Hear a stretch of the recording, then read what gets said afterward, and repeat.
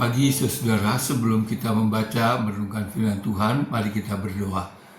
Terima kasih kepadamu Tuhan untuk hari yang baru yang boleh kami jalani. Kami hendak menjalaninya bersama dengan Tuhan.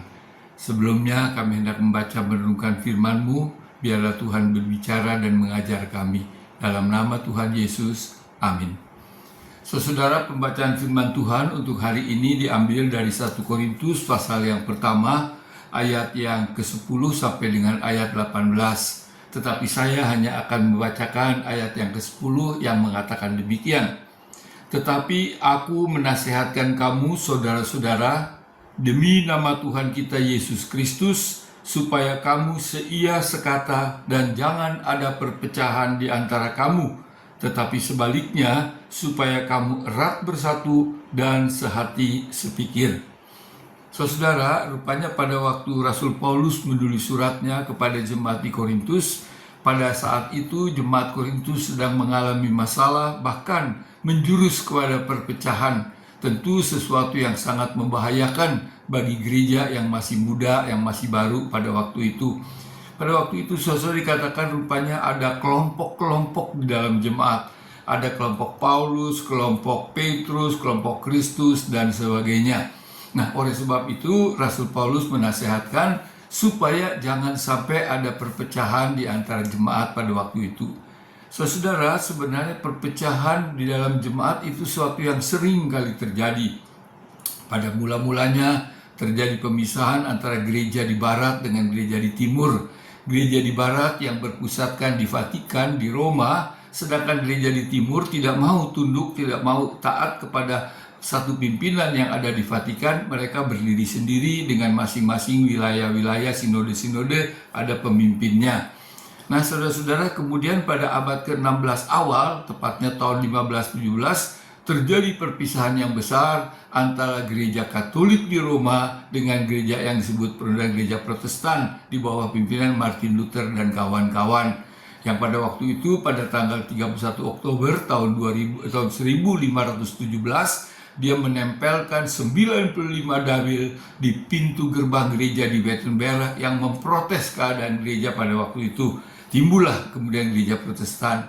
Tapi gereja Protestan juga timbul lagi perpecahan-perpecahan dan seterusnya. Bahkan sampai saat ini di Indonesia pun masih suka terjadi perpecahan di dalam gereja. Jikalau dulu saudara perpisahan atau perpecahan itu seringkali sebabnya adalah kan perbedaan doktrin, perbedaan ajaran.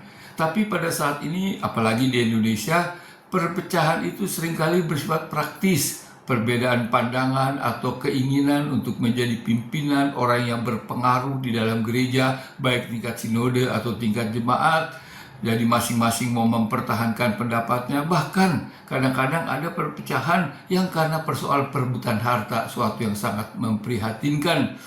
Saudara, perpecahan itu biasanya terjadi ada orang-orang atau kelompok orang yang mempunyai pendapat dan dia ingin memaksakan pendapatnya supaya diberlakukan bagi seluruhnya, bagi semuanya.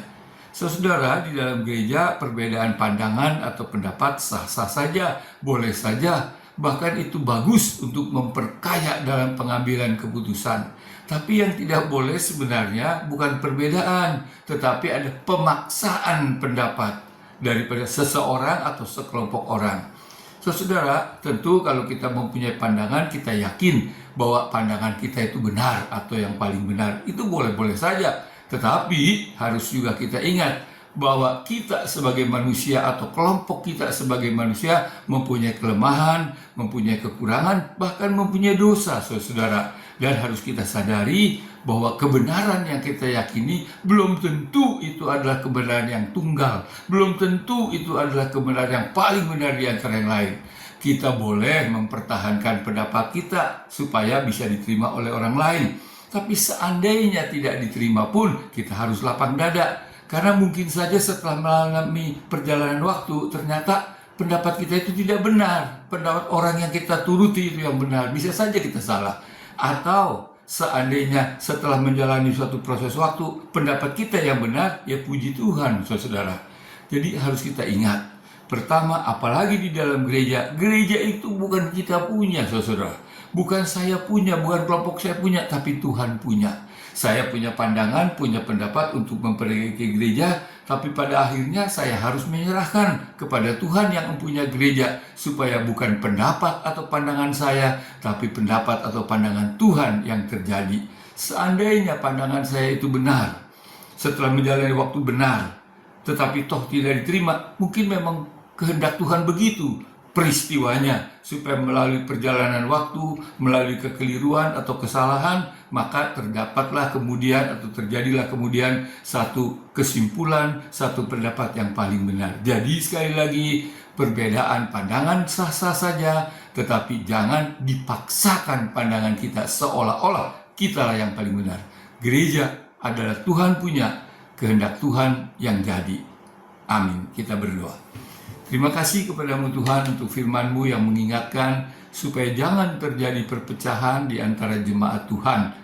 Tolong kami Tuhan supaya dalam kami melayani, dalam kami berpendapat, dalam kami pandangan, kami selalu mengingat bahwa gereja itu adalah gereja Tuhan, sehingga bukan kehendak pendapat kami, tapi kehendak pendapat Tuhan yang jadi. Tuhan berkati gereja kami untuk menjadi alat di dalam tangan Tuhan, menjadi berkat bagi banyak orang. Tuhan berkati kehidupan kami, usaha pekerjaan kami, keluarga kami. Terima kasih Tuhan, kabulkanlah doa permohonan dalam Yesus Kristus, Tuhan kami. Amin. Saudara, Tuhan memberkati kita sekalian.